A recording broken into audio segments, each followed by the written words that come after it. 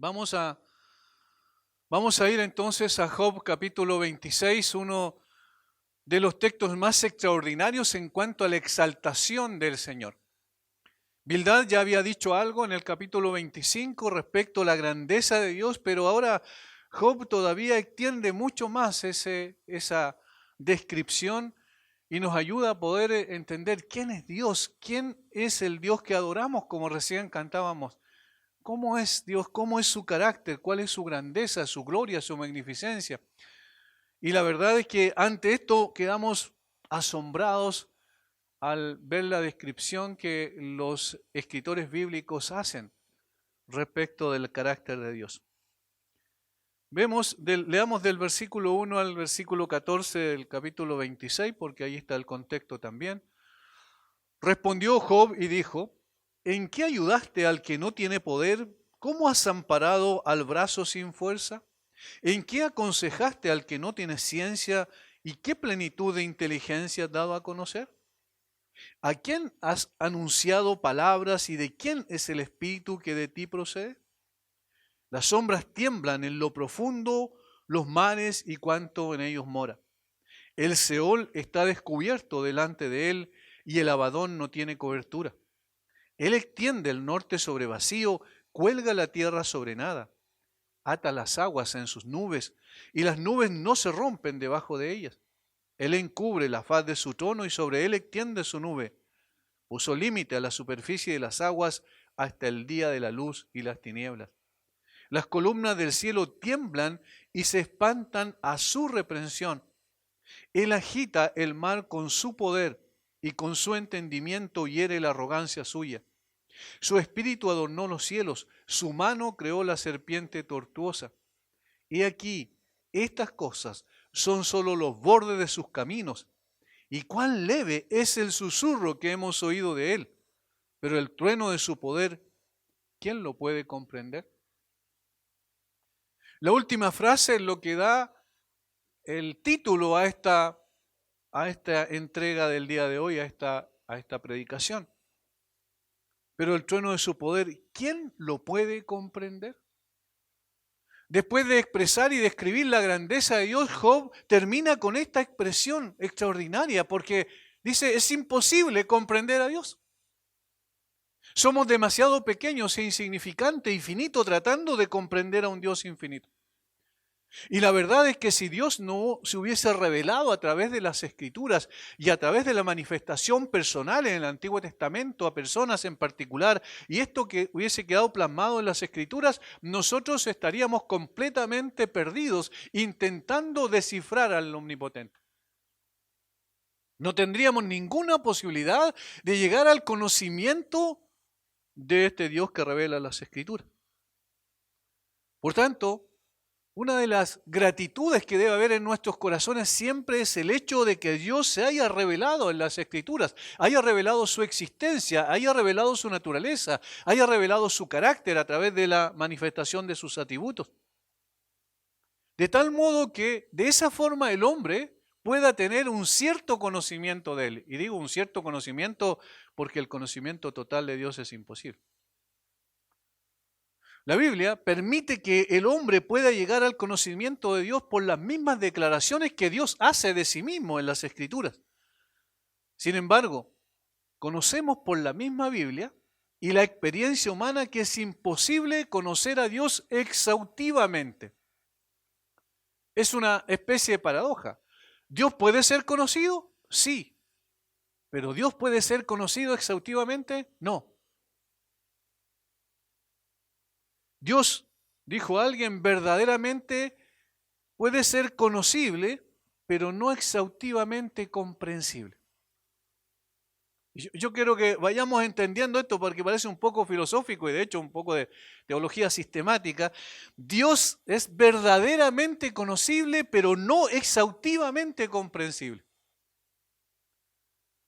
Las Escrituras afirman claramente que se puede conocer a Dios y aún tener una relación personal con Él. Por ejemplo, Dios caminaba con Adán y Eva en el huerto, Génesis 3:8. Llamó a Moisés de en medio de la zarza en el desierto para poder darle la misión de ir y salvar a su pueblo de la esclavitud en Egipto. Se presentó personalmente, lo llamó y habló con él. Le dio su ley en el monte Sinaí, Éxodo 19. Habló con Abraham, el patriarca, se hizo presente sobre el arca del pacto, donde él descendía en una nube para poder tener comunión con el pueblo a través del sumo sacerdote. Y el mismo Jesús afirmó que a Dios se le puede conocer en Juan 17:3. Y esta es la vida eterna, que te conozcan a ti, al único Dios verdadero y a Jesucristo, a quien has enviado. Esta es la vida eterna, que te conozcan a ti. Por eso el conocimiento de Dios es esencial. Sin el conocimiento de Dios no hay vida eterna.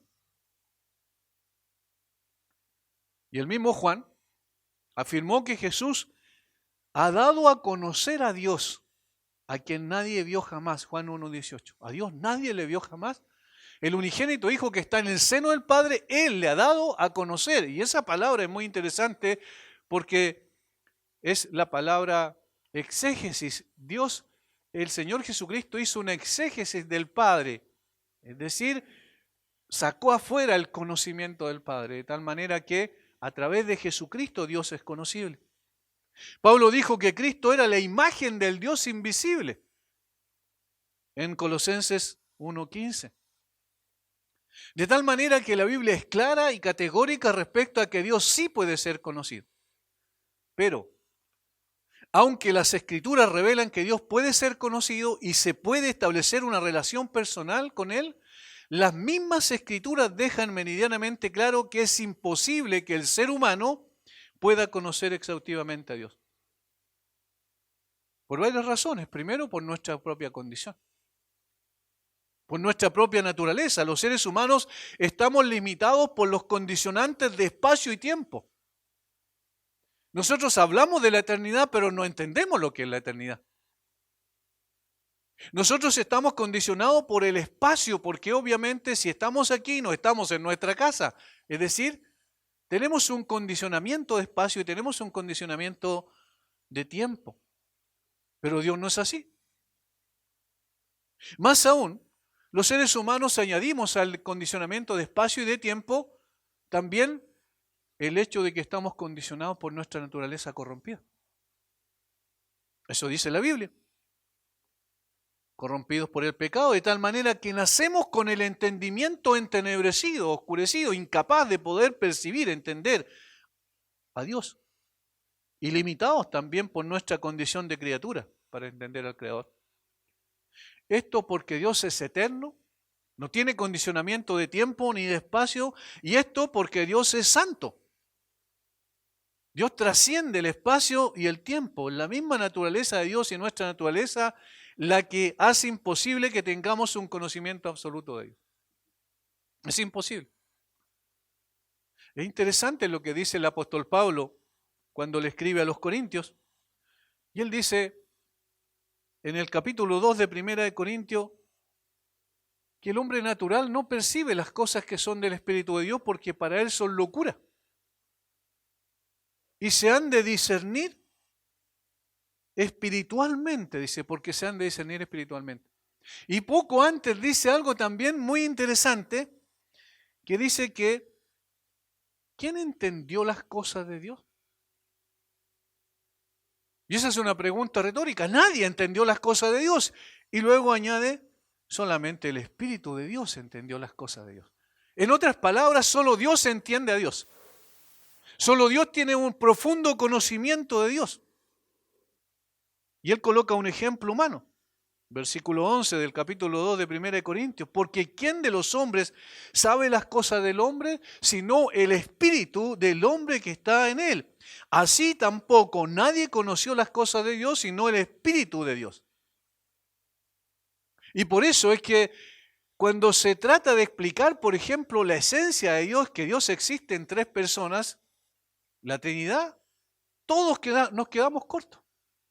Porque es imposible. Solamente Dios conoce lo que significa su esencia. Y entonces eso es lo que dice la Biblia. Leemos en la Biblia que el hombre, aún en su condición redimida, no está capacitado para conocer a Dios exhaustivamente. Moisés escribe en Éxodo que el hombre no puede ver a Dios y vivir. Éxodo 33:20. Nadie puede ver a Dios y vivir. Pablo dice que Dios habita en luz inaccesible a quien ninguno de los hombres ha visto ni puede ver. Primera de Timoteo 6:16. Y cuando escribe a los Corintios en su primera carta, como recién la acabo de leer, afirma que solo Dios conoce sus propias profundidades. El Salmo 145:3, que acabamos de cantar, ¿recuerdan? Hay una palabra ahí muy interesante. Dice, grande es Jehová y digno de suprema alabanza, y su grandeza es inescrutable. Imposible de escrutar, imposible de medir, imposible de comprender. La palabra inescrutable, que se puede traducir como sin búsqueda, esa es la palabra hebrea, se puede traducir así, viene de una raíz que se utiliza en el Antiguo Testamento para aludir a una búsqueda exhaustiva. Se usa en Isaías 40:28. ¿No has sabido? ¿No has oído que el Dios eterno es Jehová, el cual creó los confines de la tierra?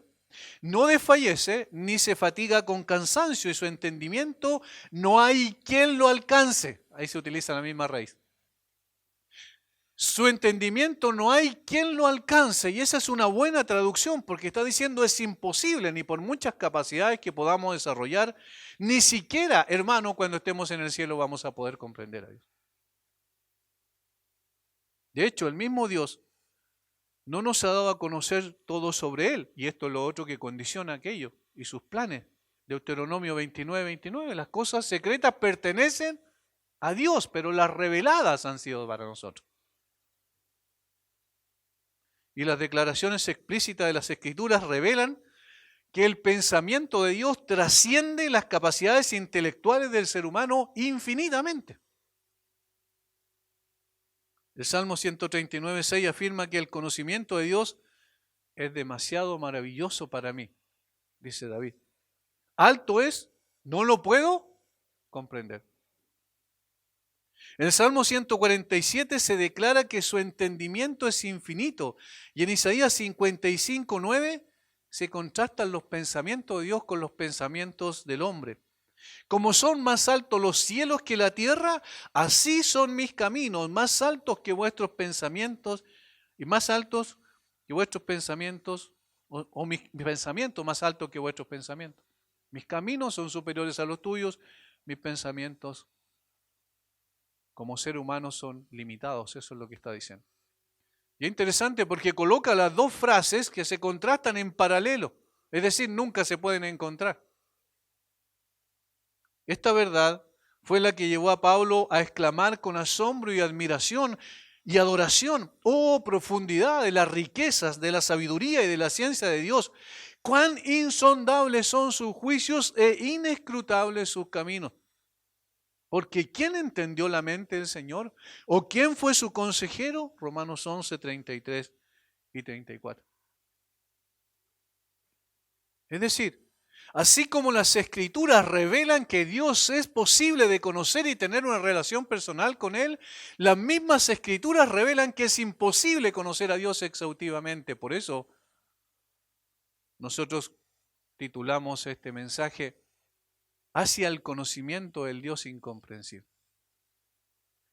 Apropiadas son las palabras del teólogo Wayne Grudem, que él dice lo siguiente: no solo es cierto que nunca podremos entender plenamente a Dios, también es cierto que nunca podremos entender completamente ni una sola cosa en cuanto a Dios.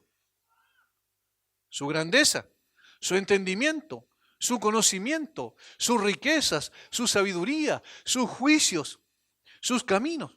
Todo está más allá de nuestra capacidad para entender completamente. Así que podemos saber algo del amor, algo del poder, algo de la sabiduría de Dios y cosas por el estilo. Pero nunca podemos conocer completa o exhaustivamente su amor, su sabiduría, su poder, su grandeza, su gloria. Es infructuoso que intentemos, seres humanos limitados como nosotros, buscar comprender lo incomprensible. Por eso Job exclama, luego de expresar con palabras hasta dónde le fue posible la grandeza de Dios, y dice: He aquí estas cosas son solo los bordes de sus caminos. Cuán leve es el susurro que hemos oído de él, pero el trueno de su poder, ¿quién lo puede comprender? Hermanos, yo quiero que podamos en esta mañana poder concentrar nuestra mente y nuestro corazón, más que nuestro entendimiento intelectual, nuestro corazón, porque nuestro entendimiento intelectual llega hasta cierto lugar y entonces para allá tenemos que simplemente dejarnos en las manos de Dios y quedar asombrados y perplejos ante un Dios tan grande como el Dios verdadero.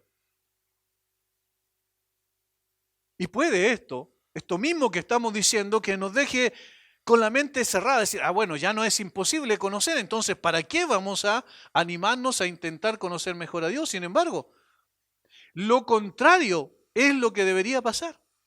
Porque profundizar en el conocimiento de Dios implica profundizar en nuestra relación con Dios. En la misma medida que lo hacemos, somos transformados, santificados y tenemos una más profunda y firme relación con Dios. Pero aquí está el punto. Esto debe llevarnos hasta cierto punto para no pensar que tenemos todas las respuestas y sabemos las razones de sus acciones y obras. Y ahí está el contexto de lo que está pasando con Job. Por eso Job responde de esa manera.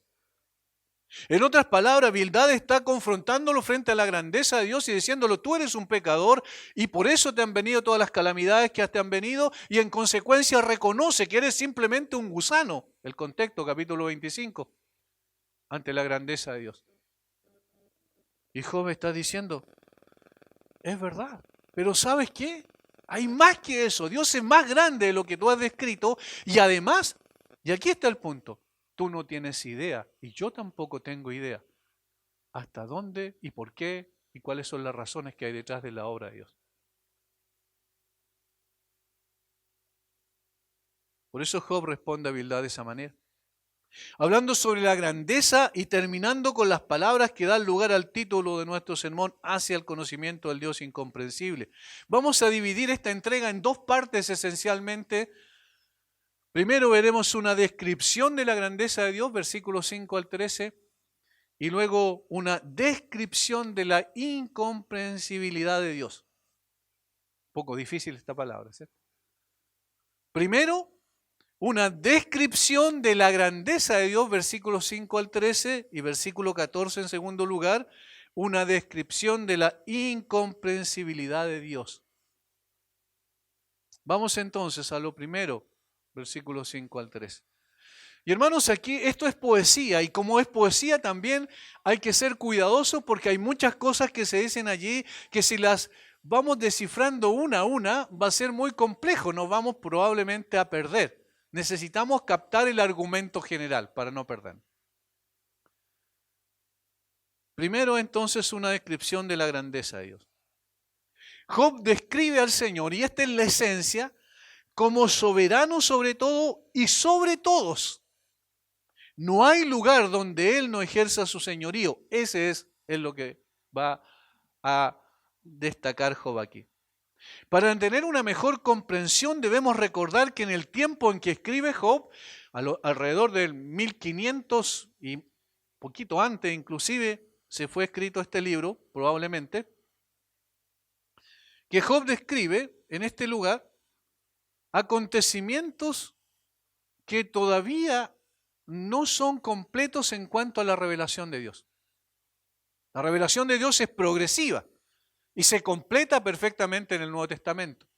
Sin embargo, en el Antiguo Testamento todavía no se dice todo, porque toda la doctrina no está contenida en el Antiguo Testamento, sino que es Antiguo y Nuevo Testamento, por eso es un solo libro, una sola revelación. Necesitamos tener esto claro, porque hasta este momento es revelación parcial y fragmentaria en el tiempo en que Job escribió. No existe una doctrina desarrollada sobre lo que acontece en las personas, por ejemplo, más allá de la muerte. Por eso, al examinar el versículo 5 y 6 tenemos que ser cuidadosos. Miren lo que dice Job allí. Las sombras tiemblan en lo profundo, los mares y cuantos en ellos mora. El Seol está descubierto delante de él y el Abadón no tiene cobertura. Utiliza términos que son propios del Antiguo Testamento Y lo que está haciendo Job aquí, refiriéndose al lugar de los muertos, más allá de la vida de esta tierra. Ahora, para poder entenderlo, necesitamos revisar también el resto de las Escrituras, y especialmente el Nuevo Testamento, porque allí se aclara mucho más respecto al lugar donde van las personas después de su muerte. Pero en el Antiguo Testamento se decía el Seol, y el Seol era una forma expresiva de decir el lugar de los muertos, simplemente. No hacía una diferenciación entre el alma, como bien sabemos, ¿cierto?, el espíritu y el cuerpo. Simplemente durmió con sus padres, muchas veces dice respecto a los reyes, y se fueron al Seol. Ahora, claramente en el Nuevo Testamento tenemos algo mucho más profundo al respecto. Y en este sentido, entonces, lo primero que Job está destacando aquí, el señorío de Dios sobre los muertos y el mundo invisible. El señorío de Dios sobre los muertos y el mundo invisible. Y aquí vamos a descubrir cosas que son interesantes. Normalmente decimos que la muerte es la separación, es la ausencia de Dios. Por ejemplo, en el infierno. La ausencia de Dios en el infierno es lo que va a hacer terrible el sufrimiento eterno. Pero en realidad Job está afirmando otra cosa aquí. Miren, versículo 5. Las sombras tiemblan en lo profundo, las sombras o los espíritus desencarnados, eso es lo que dicen los teólogos que probablemente se refiere. Tiemblan, dice. Y luego el versículo 6 dice, el Seol está descubierto delante de él. ¿Delante de quién? Delante de Dios.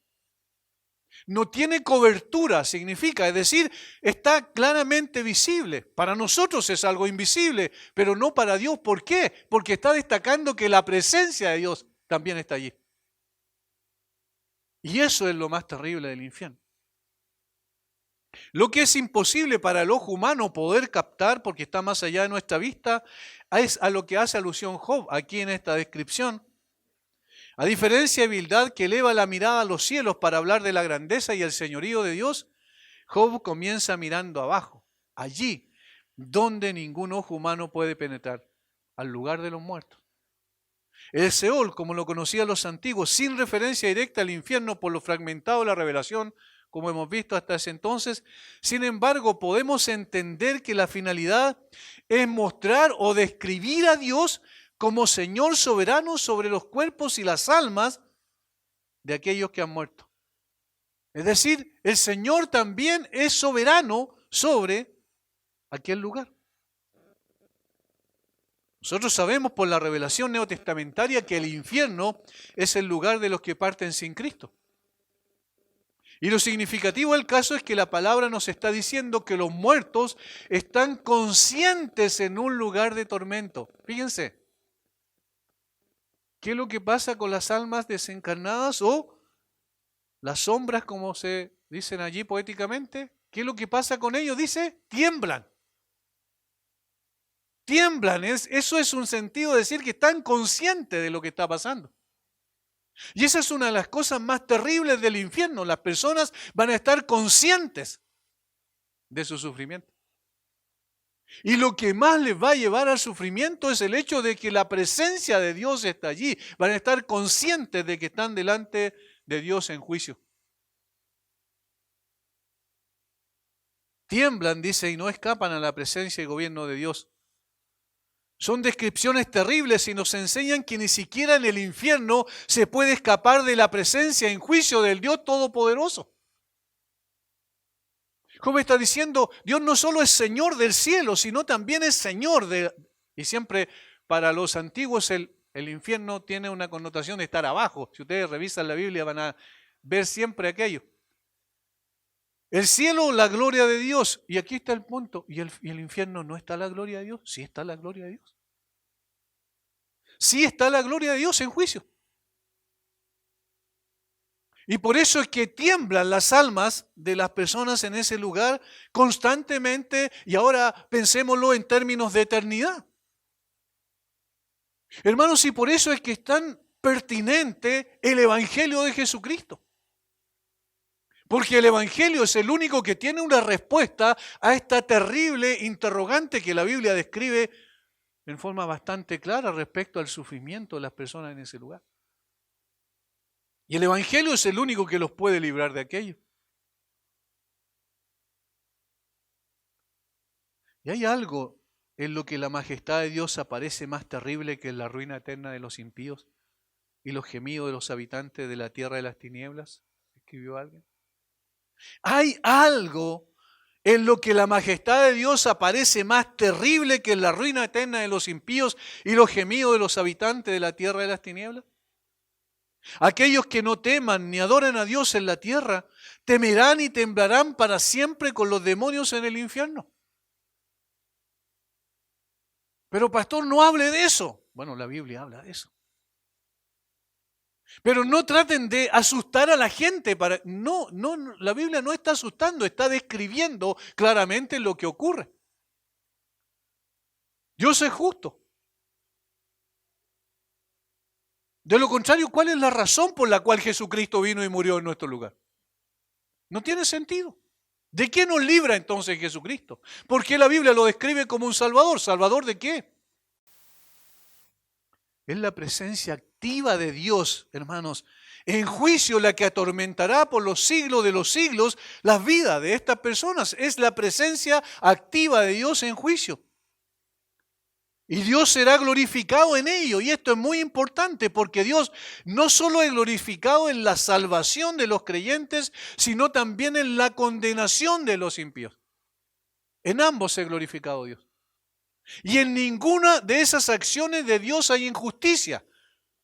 Porque hay justicia sobre aquellos que se rehusaron creer en el Hijo de Dios.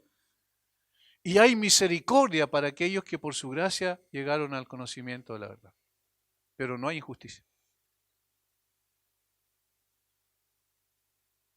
Ahora, si esto pensamos que es una conjetura nada más que estamos haciendo, vamos a Apocalipsis 14.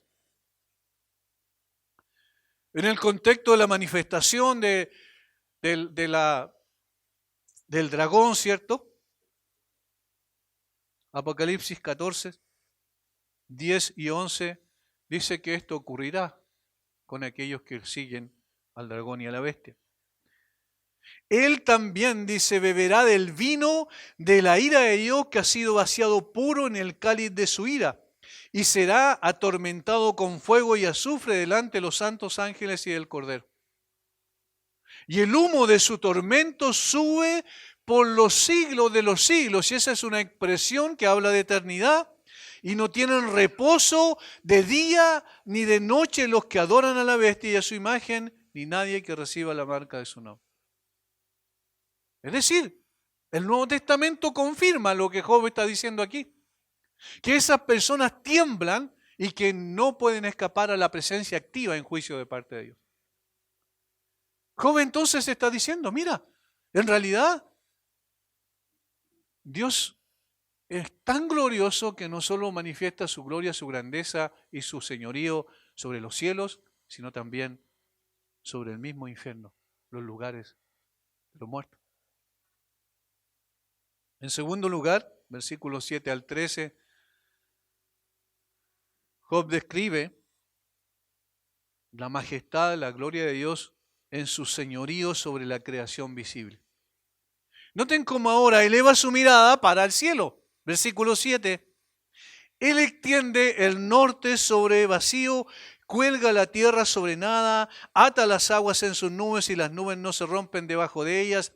Él encubre la faz de su trono y sobre él extiende su nube. Puso límites a la superficie de las aguas hasta el fin de la luz y las tinieblas. Las columnas del cielo tiemblan y se espantan a su reprensión. Él agita el mar con su poder y con su entendimiento hiere la arrogancia suya. Su espíritu adornó los cielos, su mano creó la serpiente tortuosa. ¿Cómo va describiendo poéticamente también el señorío de Dios sobre la creación visible? Así como sobre lo invisible, lo que está somos incapacitados de ver, también sobre la creación visible. Ahora, hay muchas cosas allí que se han usado en términos apologéticos de defensa de la fe para mostrar que la Biblia es inspirada por Dios. Nosotros no vamos a ser eso en el día de hoy porque el tema es otro. Sin embargo, hay cosas que son decidoras. Dice él, cuelga la tierra sobre nada. Pero resulta que todos los mitos antiguos decían que la tierra estaba sostenida por alguien o por algo. Por ejemplo, los hindúes decían que la tierra descansaba sobre los hombros de elefantes. Y luego esos elefantes sobre una tortuga. También decían los antiguos que había un hombre muy poderoso que llevaba sobre sus espaldas el mundo, Atlas, ¿se acuerdan? Y por eso ahora los mapas se llaman Atlas. Ahora, eso eran mitos antiguos, pero Job no tiene un mito, sino que dice, Dios cuelga la tierra sobre nada. ¿Y qué descubrieron los científicos? Exactamente eso, Dios cuelga la tierra sobre nada. La tierra está suspendida en el espacio. Ahora, necesitamos ver qué es lo que eso significa entonces en términos del señorío, la majestad y la gloria de Dios. Él extiende o extendió como un dosel el norte o hemisferio celeste norte, eso es lo que implica la única parte visible para Job y sus amigos, y aquí puesta para los cielos en general sobre el lugar vacío, y cuelga la tierra sobre nada. La tierra y los planetas suspendidos en el aire, en el vacío, y conservados en su órbita, están en ese lugar, suspendidos en ese lugar, y conservados en su órbita, por la operación de dos fuerzas opuestas.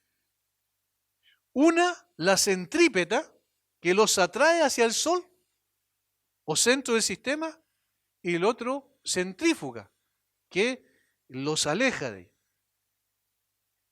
Y que como consecuencia del movimiento rotatorio que les da, los mantiene moviéndose en círculo o elipse alrededor del Sol, en lugar de ser atraídos absolutamente hacia eso. Si la Tierra, si estas dos fuerzas no estuvieran en equilibrio permanente, o nos quemaríamos completamente al lanzarnos hacia el Sol, o nos congelaríamos completamente al alejarnos del Sol. Y se acabaría la vida en la Tierra. No sé si notan lo específico y lo perfecto del diseño de Dios. Es extraordinario. Solo un poco más cerca del Sol y nos quemaríamos, solo un poco más lejos del Sol y nos congelamos. Se acabaría completamente la vida en la Tierra. ¿Notan qué es lo que hay aquí? Sabiduría y poder. Y esto es lo que Job quiere destacar. Hay sabiduría en Dios, hay poder en Dios extraordinario.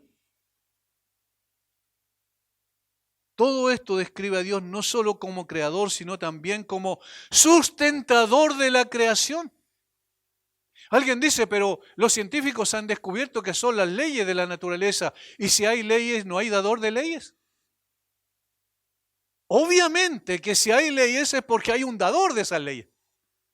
Cuando nosotros decimos, hay reglas del tránsito y existen y nosotros las conocemos y entonces hay que respetarlas, nosotros pensamos en eso y la pregunta, nadie va a poder preguntarse de esa manera, ¿las leyes aparecieron de la nada? Obviamente hubo alguien que las creó. Si hay leyes naturales, como la que descubrió Newton, ¿cierto? De la gravitación. Si hay leyes naturales, entonces, obviamente hay un dador de las leyes. Y otra vez, la sabiduría de Dios. Él dio leyes naturales para mantener en equilibrio perfecto su universo. Esas leyes obedecen a su voz y se someten a sus mandatos como Señor del universo. Y por eso esta es una descripción de la grandeza de Dios. Cuando nosotros vemos un cuadro extraordinario, muy hermoso, pintado, lo que vamos descubriendo a través de ese cuadro es la excelencia y la capacidad del pintor. Hay varias personas que han entrado por primera vez acá y ven algunos detalles de lo que es físicamente el lugar en el cual nos reunimos, ¿cierto? Y dicen, ¿quién hizo esto? Entonces, no, hay dos maestros en la iglesia que son excelentes maestros, le digo yo, me dice, son muy buenos maestros porque los detalles son extraordinarios. ¿Qué es lo que ellos ven a través de lo que está construido? La excelencia de quien lo hizo. ¿Qué es lo que estamos llamados nosotros a hacer? A través de todo lo que vemos en la naturaleza, obviamente las excelencias del Creador. Por eso nosotros observamos la vida, incluso las cosas naturales, desde una perspectiva distinta, porque vemos detrás de aquello la belleza, la perfección y la grandeza del Creador. Noten cuánta misericordia es lo que sigue. Dice, ata las aguas en sus nubes y las nubes no se rompen debajo de ellas. Perfección, poder y misericordia. ¿Y por qué misericordia? Vamos a ver. Él evita que las aguas que se dice que están sobre el firmamento, en las nubes, se derramen sobre la tierra, como lo hicieron una vez. ¿Recuerdan cuándo? En el diluvio. ¿Qué es lo que está diciendo entonces? Que a pesar de las toneladas y toneladas de agua que hay en las nubes, cuando uno ve las nubes dice, pero ¿cómo va a haber agua allí? ¿Pero de dónde vienen las precipitaciones? Allí están almacenadas las aguas que Dios tiene y dice aquí, Él ata las aguas en sus nubes espesas como si estuvieran atados en una bolsa hasta que haya ocasión de usarlos. Es decir, cuando Dios determina, se precipitan. ¿En qué medida? En la medida en que Dios ha establecido. ¿Cuándo? ¿Dónde? ¿Cómo? ¿En qué lugar? Cuando Él, cómo y en qué lugar lo determina. A pesar del gran peso del agua, así levantada y acumulada, la nube no se rompe debajo de ellos, porque entonces se derramarían destruyendo la vida en la tierra. Pero si, por así decirlo, destilan a través de la nube y así vienen gota a gota en misericordia a la tierra, en una pequeña lluvia, en una gran lluvia, según le plazca a Dios. Y nosotros siempre vemos como la gente incluso utiliza sus mitos ancestrales, sus religiones animistas para llamar el agua, ¿sí o no? ¿Para qué son los guillatunes, por ejemplo? O los machitunes, ¿cuál es el propósito? Es poder pedir al Yenechén que les dé prosperidad a la tierra, que produzca la tierra. Ahora, aquí Job dice, no, es Dios el que sostiene todo esto. Es Dios el que creó las aguas de esa manera para que pudiesen regar la tierra en su medida, en su proporción adecuada, con el propósito de sostener lo que Él ha creado. Hermanos, eso es maravilloso. Él oculta, después más adelante dice, la gloria del mundo superior cuyo resplandor deslumbrante no podríamos soportar nosotros como insignificantes criaturas. Versículo 9, Él encubre la faz de su trono y sobre Él extiende su nube, los cubre para que nosotros no podamos estar expuestos a aquello. En otras palabras, retiene el rostro de su trono, esa luz en la que habita y extiende sobre ella una nube a través de la cual juzga. No sea que si la saca el velo que impide ver aquello, seamos fulminados por su luz resplandeciente donde tiene su trono. Es decir, Dios tiene todavía compasión y misericordia de nosotros. ¿Recuerdan lo que pasó con Moisés? Quiero ver tu gloria, dice Moisés. Y el Señor le dice, es imposible que veas mi rostro. Y entonces lo escondió en una peña y le dice, solamente verás mis espaldas. Y eso es un lenguaje antropomórfico, es decir, para que podamos entender, no es que Dios tenga rostro y espalda, sino para que podamos entender que nadie puede ver su gloria en toda su expresión. Por tanto, si Dios no se manifiesta en toda su gloria, es por misericordia a nosotros, para no caer fulminado. Más adelante dice, puso límite a la superficie de las aguas, hasta el fin de la luz y las tinieblas. Él concedió la bendición de la luz, el día, y de la noche, la oscuridad. Dios debe ser adorado como el autor de ese beneficioso intercambio de luz y oscuridad. Tú haces que la salida de la mañana y la tarde se regocijen, dice el Salmo 65:8. El día es tuyo, la noche también es tuya. Tú preparaste la luz y el sol, dice el Salmo 74:16. Tú haces tinieblas y es de noche, en la cual se arrastran todas las bestias del bosque, dice el Salmo 104:20. Es decir, Dios es el que controla el día y la noche. Recuerden que lo creó así, en Génesis capítulo 1. Pero aquí está lo interesante. Pocas veces pensamos en los enormes beneficios que esto tiene para nosotros. La alternancia de luz y oscuridad, día y noche, es uno de los arreglos más extraordinarios y beneficiosos del divino creador. Entre sus beneficios se encuentran, por ejemplo, uno, una variedad agradable en lugar de la uniformidad constante. ¿Me explico? ¿Qué pasaría si fuera toda noche? Se acabaría también la vida en la tierra. ¿Qué pasaría si fuera solo luz? No podríamos descansar. Dos, temporadas adecuadas para las variadas necesidades de los hombres y los animales. La noche y las tinieblas son adecuadas para que el hombre descanse, como el día y la luz son para el trabajo. Cuando termina una jornada de trabajo y llegan las sombras de la noche, ¿cierto? ¿No es una invitación a descansar?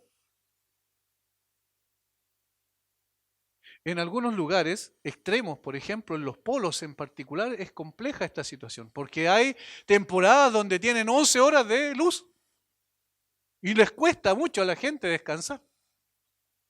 Y por otro lado, tienen temporadas donde tienen 1 hora de luz. Sin embargo, Dios es el que estableció la noche y el día precisamente para esos beneficios. Y finalmente la tarde también, la tarde valiosa para tranquilizar la mente, invitar a la meditación y la reflexión sobria, donde normalmente se produce más en la reflexión, es en la noche. Y brindar oportunidades para el disfrute doméstico y social con la familia. Es decir, esto también lo hizo Dios considerando nuestra existencia en la tierra. Eso es lo extraordinario, porque a pesar de que el capítulo 25 dice allí que el hombre es un gusano delante de Dios, dice Bildad, y eso en términos morales es así. Sin embargo, a pesar de ser tan insignificante, Dios ha hecho todas estas cosas para que nosotros podamos disfrutarlas. Es misericordia, es gracia. Dios utiliza su poder y su sabiduría para eso. Los versos 11 y 12 hacen alusión a las tormentas y temblores. Dice, las columnas del cielo tiemblan y se espantan a su reprensión. Tiemblan, se espantan. Esa es una forma de decir que se mueven violentamente. Él agita, tormenta, el mar con su poder y con su entendimiento hiere la arrogancia suya. Estrictamente debido a la voluntad divina, y aunque se efectúa por medio de las leyes naturales, es parte de su gobierno providencial. Por eso es que nosotros entendemos que cuando hay un terremoto, por ejemplo, que es altamente destructivo, nosotros, cuando alguien pregunta dónde está Dios, nosotros decimos ahí, en el terremoto. Porque obviamente nada ocurre al azar. Sirven a varios propósitos. Por ejemplo, respecto a nosotros, en términos morales, para recordarnos de la existencia, atributos y agencias de un gobernante y juez divino. ¿Qué es lo que pasa cuando ocurre un sismo o un cataclismo que deja muchas cosas tremendas en el proceso? ¿Qué pasa con la gente? Aún el ateo más recalcitrante mira a los cielos. Es decir, nos recuerda de la existencia y atributos y agencias de un gobernante y juez divino. Pocas personas fallan durante una tremenda tormenta en pensar en un ser supremo. Pocas personas. ¿Qué hacían los antiguos en su ignorancia, en su misticismo, en su mitología? tomaban un niño pequeño y lo ofrecían para que se calmara aquello. ¿Recuerdan Moloch? Un ídolo abominable. Eso es lo que hacían, le tiraban un niño pequeño en sus brazos. Aún los reyes hacían eso. Pero no, con Dios no es así. Segundo, tendiendo a producir pensamientos elevados y reverenciales de Dios. Una de las descripciones más sublimes de una tormenta con sus efectos tanto físicos como morales se encuentra en el Salmo 29, 3 al 10. Leamos un poquito ese Salmo. 29, 3 al 10. Es extraordinaria la descripción que se hace aquí. Donde otra vez se destaca el poder y la gloria de Dios. Dice, voz de Jehová sobre las aguas. Truena el Dios de gloria, Jehová sobre las muchas aguas. Voz de Jehová con potencia, voz de Jehová con gloria. Voz de Jehová que quebranta los cedros. Quebrantó Jehová los cedros del Líbano. Los hizo saltar como becerros al Líbano y al Sirión como hijos de búfalos. Voz de Jehová que derrama llamas de fuego. Voz de Jehová que hace temblar el desierto. Hace temblar Jehová el desierto de Cádiz. Voz de Jehová que desgaja las encinas y desnuda los bosques. En su templo todo proclama su gloria. Jehová preside en el diluvio y se sienta Jehová como rey para siempre. Es decir, en todo esto está la presencia activa de Dios, ese es el propósito. Está el señorío de Dios, está el gobierno de Dios, está la instrucción de Dios a las leyes naturales para que todo esto ocurra.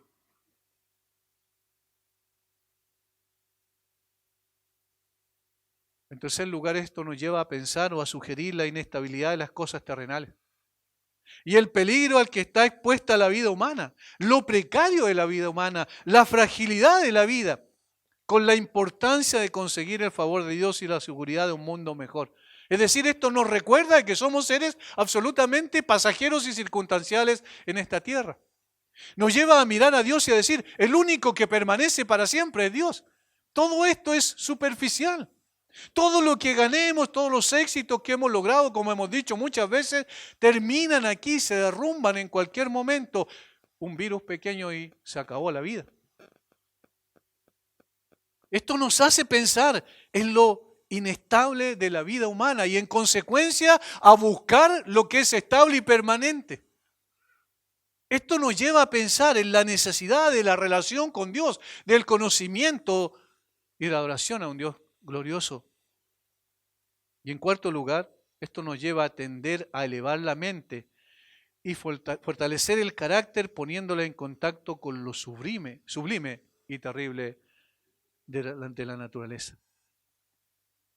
Dios es Señor de las tormentas y terremotos y todo proclama su gloria y llena al hombre de consternación y asombro. Y eso es lo que está sugiriendo Job aquí.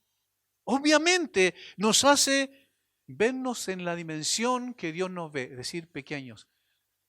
Sin embargo, no obstante, para venir a rescatar esas pequeñas e insignificantes criaturas, Dios dio lo más preciado que tenía, su propio Hijo. Y eso da dignidad al ser humano, ¿lo notan? A pesar de ser tan pequeños moralmente, a pesar de ser tan pequeños e insignificantes y finitos que no podemos captar toda la esencia de lo que Dios es, no obstante, Dios puso su mirada en este pequeño punto azul en el universo, porque creó a personas a su imagen y semejanza. Y entonces viene a buscar a esos que estaban completamente perdidos por la rebelión de sus corazones corrompidos por el pecado. Y envía a su Hijo para que su Hijo pague lo que nosotros debíamos pagar. Eso es extraordinario. El Evangelio no es un cuento de hadas. El Evangelio es una expresión del amor como nunca lo podemos encontrar en ninguna parte, hermanos. Es maravilloso que Dios nos considere, aún conociendo nuestro corrompido corazón. Es maravilloso que Dios nos considere. Termina diciendo Job allí en esa primera parte, mostrando los cielos adornados que dan cuenta de su gracia. Los brillantes ornamentos del cielo son obra de sus manos. Versículo 13, su espíritu adornó los cielos. Miren la palabra que utiliza. Adornó los cielos. Sabemos en el principio que el Espíritu de Dios se movía sobre la faz de las aguas y el Espíritu de Dios fue lo que trajo todo al orden. Por su Espíritu, el Espíritu eterno que se movía sobre la faz de las aguas, el soplo de su boca ha adornado los cielos. No solo los hizo, sino que los embelleció. Ese es el sentido. Los ha salpicado curiosamente estrellas de noche y los ha pintado de luz del sol durante el día. Dios adornó los cielos. ¿Para qué? Para invitar a que el hombre levante su cabeza y pueda pensar y admirar al gran Creador, el Padre y la fuente de la luz. Y a decir, si estas son obras de sus manos y deslumbran con su belleza, cuánto más bello, glorioso y grandioso será quien las hizo y las adornó de esa manera, con tanto sentido de estética. No sé si han pensado en eso, pero cuando ustedes ven la descripción del capítulo 2 de Génesis, por ejemplo, cuando habla del Edén, ¿qué es lo que vemos allí? Un sentido de estética extraordinario.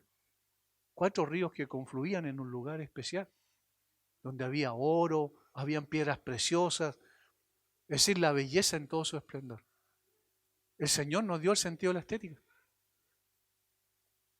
Y adornó los cielos de esa manera para que nosotros pensemos, los cielos no son el fin de las cosas, sino los cielos son las señales que nos guían y nos conducen hacia el Creador. Y por eso es tan triste cuando la gente utiliza, comillas, la ciencia, porque no es la ciencia verdadera, empírica, sino es la ciencia adornada de filosofía para decir que no hay creador. Todo esto se produjo de la nada. No, Job está diciendo, no, hay un Dios que es el Señor, incluso sobre lo que nosotros nos vemos en lugar de los muertos, y que es Señor sobre lo visible. Sin embargo, y aquí vamos al segundo punto, todo esto y todo lo que se puede decir del mundo visible e invisible, que podemos percibir con nuestros sentidos, no es nada, dice, en comparación a lo que Dios es. Y esto nos lleva a lo segundo, una descripción sobre la incomprensibilidad de Dios. Hermano, quizás podíamos haber elaborado un sermón solo del versículo 14, porque esto tiene mucha enseñanza, pero vamos a decir solo algunas cosas en honor al tiempo. Y aquí estas cosas son solo los bordes de sus caminos. Todo, ¿qué cosa? Las que acaba de describir. Y muchas otras que a través de las palabras podíamos expresar. Sin embargo, todo esto es simplemente los bordes de sus caminos. Y aquí, en el versículo 14, las expresiones usadas son descriptivas de aquello que comenzamos en la introducción diciendo, Dios se ha dado a conocer por medio de sus obras y su palabra escrita. Los cielos cuentan la gloria de Dios y el firmamento anuncia la obra de sus manos. Y Él ha revelado en su palabra escrita, la ley de Jehová es perfecta, que convierte el alma. Los estatutos, los decretos, los mandatos del Señor son justos. Sin embargo, todo esto nos deja compungidos, absortos, impactados quizás por nuestra ignorancia. Job dice que todo lo dicho, y se extrapola todo lo que se puede decir de Dios, estas cosas son solo los bordes de sus caminos. He aquí estas son partes, bosquejos extremos de sus caminos, pero cuán poca porción o que menos susurro se escucha de Él o de lo que está en Él, su ser y sus perfecciones. Es decir, está diciendo que lo que nosotros vemos y podemos apreciar y a través de eso que apreciamos ya quedamos impactados, imagínense lo que no podemos ver, dice. Imagínense lo que no podemos entender. Las estupendas obras y operaciones de sus manos que son visibles para nosotros solo son una pequeña parte, algo minúsculo, insignificante. Son simplemente el contorno, las extremidades del todo. Lo que vemos y oímos con relación a Dios y sus obras en comparación con la plenitud de su poder es solo un susurro en comparación con el poderoso trueno. Dios asoma delante de nuestros ojos como incomprensible. Cuando el teólogo ha llegado a la cima de su conocimiento respecto de Dios y se siente orgulloso por todo el trabajo que ha hecho y ha llegado a entender una doctrina quizás más importante, si después de todo su trabajo siente que ha llegado a la cima de su conocimiento respecto de Dios, mira hacia arriba y su vista se pierde contemplando millones de cimas sobre él. En otras palabras, no ha dado un paso. Porque el conocimiento de Dios, y eso es teología, el estudio de Dios, es un susurro nada más.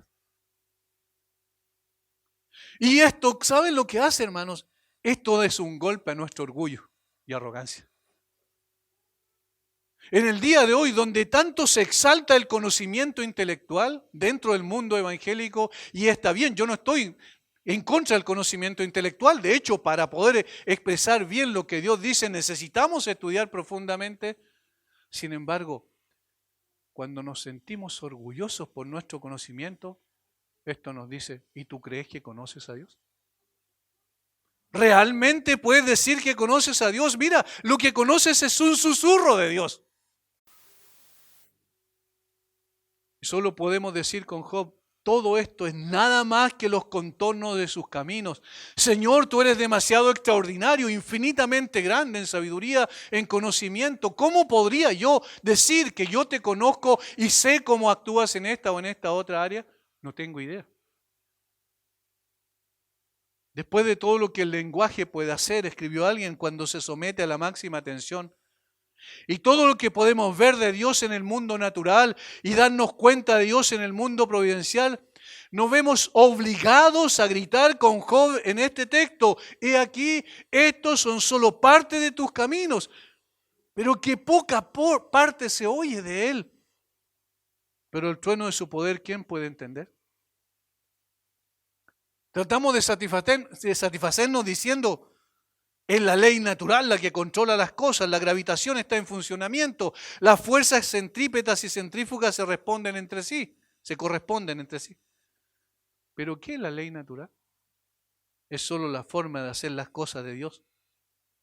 En cada punto del universo es el poder directo y continuo de Dios el que controla, armoniza y sostiene todo. Y sin embargo, todas estas cosas y las que no conocemos aún son solo los bordes de sus caminos. Pensemos en un científico que ha descubierto una ley que nunca antes se había descubierto, como Kepler, como Newton y como estos grandes científicos de la historia. Pensemos en el momento en que llega a descubrir eso y a través de la experimentación a entender que esta es una ley universal. Después de haber descubierto eso, ¿ellos creerían que tienen todo el conocimiento? En absoluto. Se dan cuenta que ese conocimiento es solo una parte. Y como dijo un científico, reconocer que simplemente nosotros pensamos los pensamientos de Dios después de Él. Existe un universo que es racional, eso es lo que descubrieron los primeros científicos, que muchos de ellos eran cristianos. Porque hay un ser racional que sostiene el universo y que le ha dado lugar y que lo ha creado y ha puesto leyes en él. Sin embargo, todo esto, todo el conocimiento acumulado de toda la ciencia en todos los años de historia que tenemos como seres humanos en la tierra es nada en comparación a lo que Dios es. Todos los que elaboran sistemas de teología, y con esto concluyo, también han hablado de la sabiduría de Dios. Pensemos en una sabiduría que puede conocer el fin desde el principio, que conoce tanto el siglo 30 como el primero. Podemos adivinar lo que pasará, escribe alguien, pero es solo una suposición. Piensa en una mente que puede contener todo el pasado y todo el presente y todo el futuro.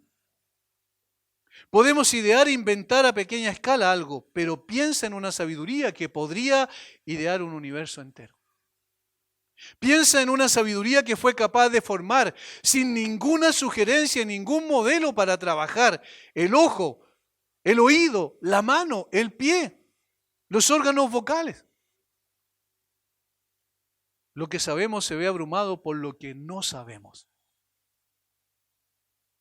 Lo que el botánico sabe sobre la flor no es más maravilloso que las cosas que no sabe sobre la flor. Es decir, lo que conoce de la flor es algo ínfimo en comparación a lo que la flor es. Lo que el geólogo sabe sobre la roca no es más asombroso que las cosas que no sabe sobre ella. Los mundos que se han contado son solo un pequeño regimiento de los ejércitos de la luz, la hueste del cielo, que nunca han pasado a revisión antes de la visión mortal. Y esta persona que escribe aquí dice, ¿qué Dios tenemos? ¡Qué Dios extraordinario tenemos! Y por eso lo adoramos. Y por eso nos concentramos como iglesia un día domingo, un día jueves, un día martes. Nos reunimos, nos congregamos con el único fin de mirar al Señor, porque Él es el grande. Todos los demás somos sus hijos por gracia, y sus hijos por gracia elevamos nuestro corazón y nuestra voz al cielo, porque Él es el Señor. Hermanos, qué terrible y qué tristeza grande ocurre cuando estamos amarrados por alguna circunstancia por la cual no podemos adorar y honrar a Dios como debe ser honrado y adorado. Este Dios que tenemos es grande, glorioso, infinito, y no podemos nosotros entender todo su carácter y su naturaleza. Todo lo que los teólogos saben de la sabiduría de Dios es insignificante comparado con la sabiduría más allá de la comprensión humana. La raza humana nunca ha tenido y nunca tendrá suficiente cerebro o corazón para medir la sabiduría de Dios. Por eso Pablo dice, oh profundidad de las riquezas, de la sabiduría y los juicios de Dios, o el conocimiento de Dios. Cuán inscrutables son sus juicios y sus caminos insondables. Así también todos los sistemas de teología tratan de decirnos qué es la omnipresencia de Dios. Lo escuchamos, lo aprendemos, vamos, revisamos libros y revisamos al teólogo A, B, C o D, o hasta el que se nos acabe las letras del abecedario. ¿Y qué ocurre? No puedo entender la omnipotencia de Dios, la omnipresencia de Dios. ¿Ustedes lo entienden? No, es imposible, porque nosotros no somos omnipresentes. De modo que todos los sistemas de teología han intentado describir y definir el atributo divino del amor, por ejemplo. ¿Pero qué es el amor?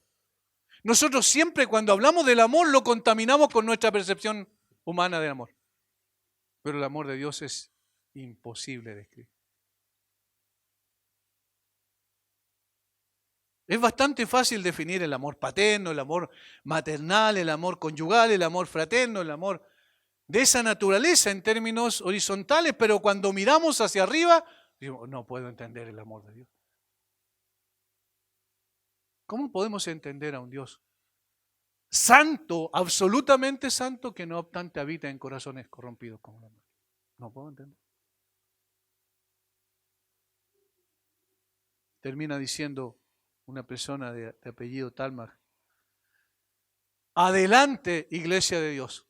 Adelante, iglesia de Dios, con todas las amenazas que el mundo puede ofrecer en contra de la iglesia, con todas las restricciones que el mundo está ejerciendo sobre la iglesia, con toda la opresión que la iglesia puede tener en este momento y más allá, en la medida en que más nos opriman. Adelante, iglesia de Dios.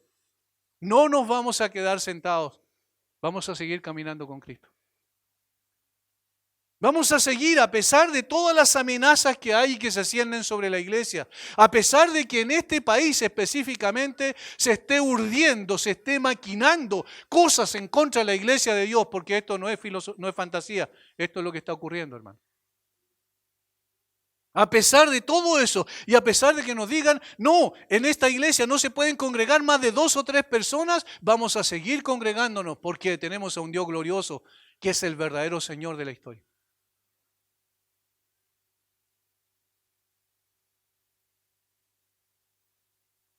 Podemos expresar lo mejor que podemos del amor de Dios, pero sepamos de antemano que Pablo tenía razón cuando dijo que esto sobrepasa todo conocimiento. Solo vislumbre de Dios tenemos en este mundo. Pero ¿qué hora será cuando lo veamos por primera vez? Cuando lo veamos por primera vez, cuando abramos nuestros ojos en la eternidad. ¡Qué gloria será cuando contemplemos al Señor sin relación con el pecado! Qué precioso momento será ese. Ya no tendremos temor. No será con ojos mortales que lo contemplemos, sino con la visión de un espíritu purificado, perdonado y perfeccionado. Porque ya lo mortal se habrá vestido de inmortalidad y lo corrompido se habrá vestido de incorrupción. En ese momento seremos semejantes a Él, porque le veremos tal como Él es. Por ahora, solo lo vemos por espejo. Un día lo veremos cara a cara. Padre, gracias por este tiempo. Gracias por mostrarte como eres en solo los bordes de tus caminos que podemos apreciar. No tenemos, Señor, la capacidad y nunca la tendremos de conocerte exhaustivamente. Sin embargo, qué gloria es que te podamos conocer a través de tu palabra y tener una relación personal contigo. Señor, no hay nada más importante que eso. Muchas gracias por abrirnos nuestros ojos. Y Padre, oramos por aquellos que todavía no pueden ver lo que nosotros por gracia podemos apreciar. Señor, abre los ojos, abre el corazón de aquel que no te conoce. Tu gracia sea derramada sobre ese corazón y resplandezca en ellos la luz del Evangelio de Jesucristo. Para gloria tuya, Padre. Bendice a mis hermanos, Señor. Oramos en el nombre de Jesús. Amén.